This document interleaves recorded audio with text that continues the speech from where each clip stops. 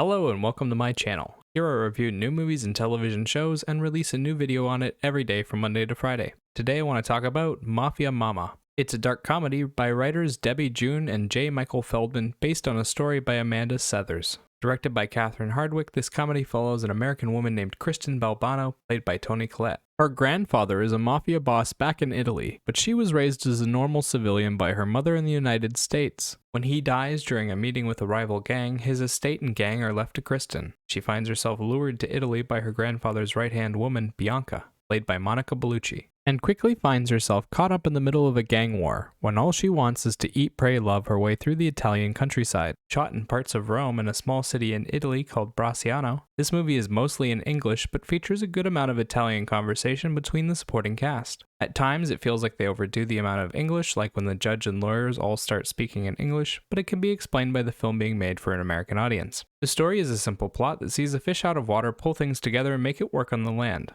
As a comedy, it plays every situation in a humorous way and tends to exaggerate and stretch what's possible for the sake of a joke. That said, the story is fairly consistent aside from one scene toward the end involving a courtroom. The plot is a shallow vehicle for comedy, with most of its characters being stereotypical tropes. Kristen is a Midwestern housewife who's got a lot of pent-up rage inside. Bianca is the you-can-do-it Mr. Burns type of assistant. Kristen's cousin Fabrizio is a spoiled coward, and her best friend Jenny is the vulgar affirmation type who appears to take her side no matter what. Even the two progressive mafia bodyguards are a bit stereotypical at this point. The stereotypes work well for the comedy, but the movie fails to humanize them in a way that would make you care about them or their stories. This lack of investment leads to a lot of impact of the story being nullified and makes parts of the film feel boring. Like with the love interest of the film. He just kind of appears in front of Kristen early on in the story. It's clear why Kristen is interested in him, but it isn't clear why he is interested in her. The film continues to play out the love story between the two and doesn't reveal his motivations until much later in the film. Their scenes together feel awkward and cringy. The film has lots of exciting moments in the form of humor and a little bit of comedy action. But the connective tissue in between it all is just a fluff story about a woman dating a guy we don't learn much about, mastering a business without showing us what they really do or how they do it, and watching her meet with people and be a stark contrast to the mobsters' grim personalities.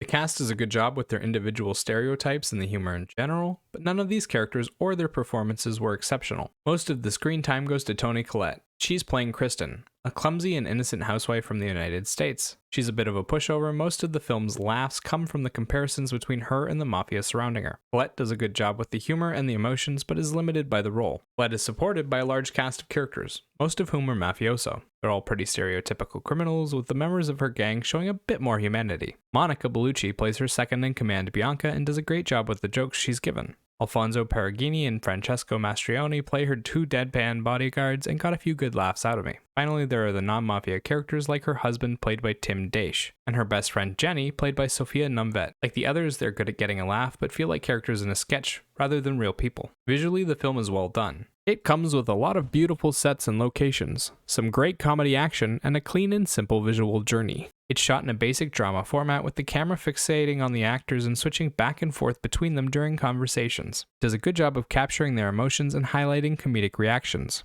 Throughout, there are 4 action comedy sequences that appear at regular intervals. These scenes vary from an accidental poisoning to a man being butchered with a stiletto. In every scene, they do a great job of highlighting the absurdity of the situation and how out of place Kristen seems. There are also moments of excessive gore like in a slasher film. The extreme nature of what's happening contrasts well with the cavalier nature of the cast to make for some hilarious visual gags. Sound-wise, the film makes use of a variety of different tracks and attempts to follow the scenery as best it can. A lot of the tracks have a Godfather-esque sound to them and do a good job of creating that Italian mob atmosphere that audiences have come to expect from crime films. Beyond that, they don't do very much. They roughly follow the flow and emotions of the story, but never do a good job of connecting to them. There are lots of generic background instrumentals in play, and they're often quiet and easy to miss. There are a few original tracks, but they're used to fill out montages and transitions. They're nice to listen to in the moment, but don't add anything of substance to the movie. Overall, Mafia Mamma is a mildly humorous adventure in Italy. It has some good jokes, and a cast that's trying their best to be interesting and funny, but the writers forgot to give the audience a reason to care. Kristen is a rather unlikable character, and her journey is a shallow fluff piece without any danger or consequences. The visuals are well done, and the soundtrack is okay, but without a driving factor, there's nothing to keep you invested if the humor isn't to your liking. 5 out of 10. And remember, these are just my thoughts on the film. Let me know what you think in the comment section down below. Bye!